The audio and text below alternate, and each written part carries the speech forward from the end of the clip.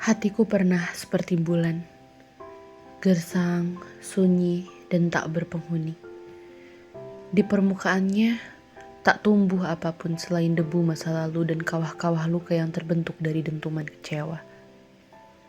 Tidak ada yang bisa menapakinya. Tidak ada yang berani mencoba. Dan aku pun terbiasa dengan kesunyian itu. Seolah itulah satu-satunya lanskap yang mungkin kutinggali seumur hidup. Aku pernah berpikir cinta hanyalah transaksi perasaan. Ada yang dijual dan ada yang dibeli. Ada yang harus dibayar dengan luka, dan ada yang harus dikorbankan untuk sekadar diingat. Aku tidak percaya ada kasih yang tulus, karena setiap kasih yang kuterima selalu diikuti syarat. Setiap pelukan terasa seperti kontrak yang akan segera habis masa berlakunya. Aku sejak kecil sudah terbiasa merasa tidak diinginkan. Aku tahu bagaimana rasanya duduk di tengah keramaian tapi tetap merasa sendirian. Bagaimana rasanya tersenyum agar dunia tidak mengira bahwa aku sedang hancur.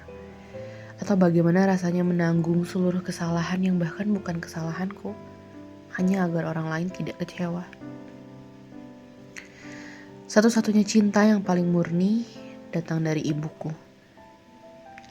Namun bahkan di hadapannya, aku tidak bisa menjadi 100% diriku.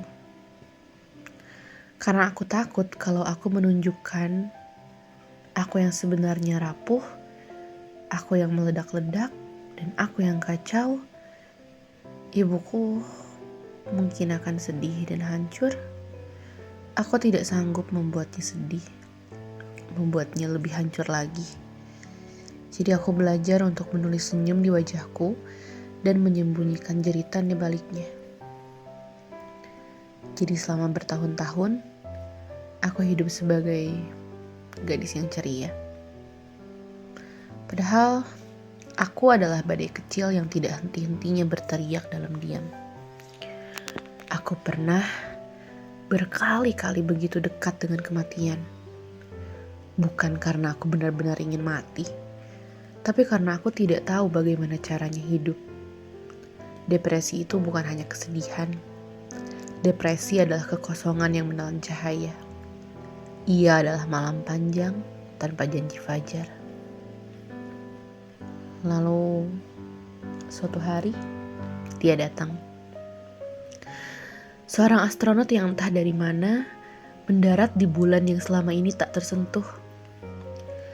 Ia datang tanpa baju zirah, tanpa alat pelindung, seolah yakin bahwa ruang hampa di hatiku tidak akan membunuhnya.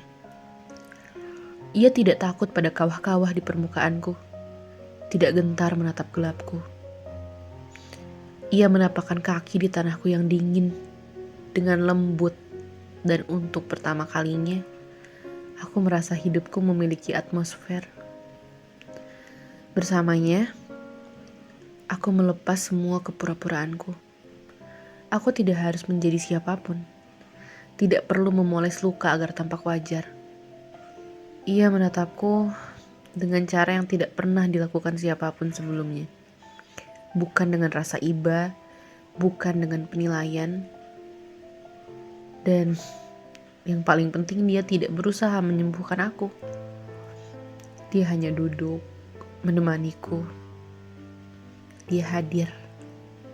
Dan justru dari kehadiran itulah, aku mulai sembuh. Mungkin cinta sejati memang bukan tentang menemukan seseorang yang sempurna, tapi tentang menemukan seseorang yang berani tinggal di sisi gelap kita tanpa berusaha menyalakan lampu secara paksa. Dia, astronotku, mengajariku bahwa bahkan bulan yang gersang pun bisa memantulkan cahaya, selama ada seseorang yang bersedia memandanginya dengan sabar. Aku ingat sejak hari itu, aku berhenti mengutuk hatiku yang sunyi. Karena ternyata kesunyian itu diciptakan agar seseorang seberani dia bisa menemukan jalannya ke dalamku. Dan di sanalah, di permukaan bulan yang dulu dingin dan tandus, kini tumbuh satu-satunya kehidupan yang kucintai. Kami. Aku sering kembali ke bulan Oktober, di mana segalanya bermula. Dan pertama kali aku memanggil namanya, aku langsung jatuh cinta. Huzair. Ada sesuatu dalam nama itu. Lembut, tapi kuat. Sederhana, tapi menimbulkan gema jauh di dalam diriku yang sunyi. Kami berbagi cerita tentang masa lalu, tentang luka yang pahitnya tak bisa dijelaskan dengan kata-kata. Tapi kami tidak jatuh cinta karena saling iba. Kami jatuh cinta karena saling kagum atas cara masing-masing bertahan. Atas keputusan yang kami ambil untuk tetap hidup meski dunia sering terasa seperti tempat yang menolak kami. Misalnya, aku dulu takut pada hujan. Suara air membuatku gemetar karena aku pernah hampir mati di bawah keran. Itu adalah sebuah kenangan yang menempel seperti dinding di tulang. Tapi dia datang, menggandeng tanganku dan mengajakku berlari di bawah hujan.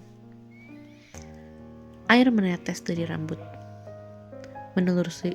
menelusuri wajahku, tapi kali itu bukan ketakutan yang kurasakan, melainkan kebebasan, dan aku rasa aku terbang.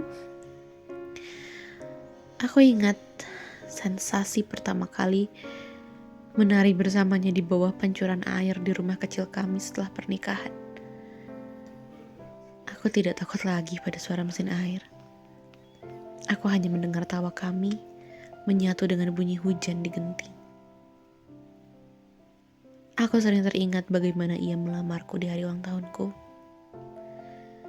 Dan dengan suara bergetarnya, ia memintaku menjadi ratunya. Aku nyaris tidak bisa berbicara apa-apa karena di tengah gemuruh hidup yang tak menentu, ia ada di sana. Menjadi satu-satunya hal yang pasti. Aku tidak akan pernah lupa bagaimana ia dengan kemeja navy-nya duduk di seberangku, menunduk, tak mau menatapku karena katanya dia terlalu deg-degan. Dan ketika badai datang sebelum pernikahan, saat segalanya hampir runtuh, ia tidak mundur. Ia meyakinkan aku bahkan ketika aku sendiri tidak percaya pada diriku. Ia bilang, kalaupun dunia menentang kami, ia akan memerangi seluruhnya. Aku tahu ia tak sekedar bicara, karena ia benar-benar melakukannya. Katanya, kamu adalah hal terbaik yang pernah terjadi dalam hidupku. Dan aku rasa, ia sudah membuktikannya dengan caranya sendiri. Bukan lewat janji, tapi lewat tindakan sehari-hari yang tampak kecil tapi berarti.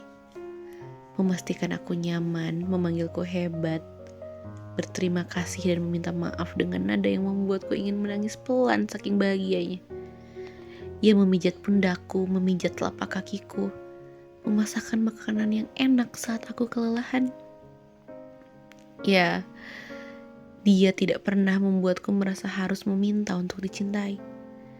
Ia mencintaiku dengan tenang, dengan cara yang membuatku percaya bahwa cinta tidak harus menyakitkan untuk menjadi nyata. Ia mendukungku tumbuh, menjadi perempuan yang lebih berani, lebih lembut, lebih utuh.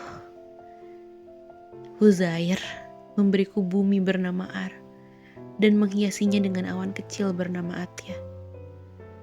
Dan di antara keduanya, aku menemukan rumah yang selama ini ku cari di seluruh penjuru waktu.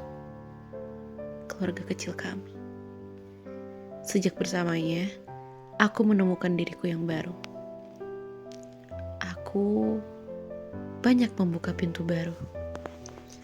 Ceritaku dengan mama, ceritaku dengan ayah, ceritaku dengan adik-adikku.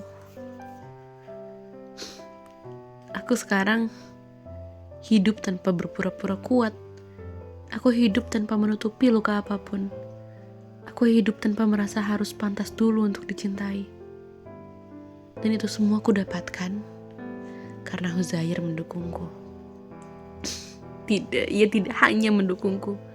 Ia tidak hanya mencintaiku, ia adalah orbit tempat seluruh hidupku berputar. Ia adalah bumi di mana aku akhirnya bisa menapakkan kaki. Ia adalah semesta yang membuat bulan yang dulu dingin kini bersinar. Dia adalah duniaku. Dan atas ridho Allah, atas izinnya, aku berdoa semoga aku menjadi satu-satunya jodohnya di dunia dan akhirat. Begitupun seperti aku yang ingin hanya mencintainya di dunia ini dan di akhirat. Semoga Allah selalu menjodohkan kami dan menjadikan kami pasangan yang sakinah, mawadah, dan warahmah. Amin.